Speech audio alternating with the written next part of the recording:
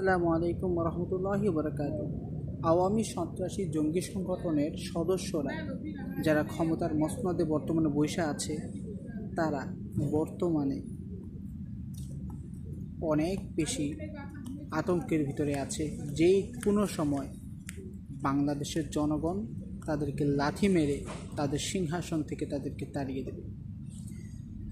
আওয়ামী সন্ত্রাসী জঙ্গিদের এই পরিণামটা আমরা সবাই অনেক বছর আগ থেকে জানতাম যে তাদের শেষটা অনেক অস্বাভাবিক এবং নির্দয় এবং অনেক নৃশংসভাবে হবে।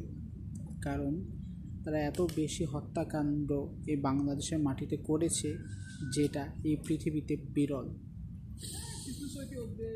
তারা অনেক ক্ষেত্রে ইয়াহুদিবাদী ইসরায়েলকেও তারা ছাড়িয়ে গিয়েছে।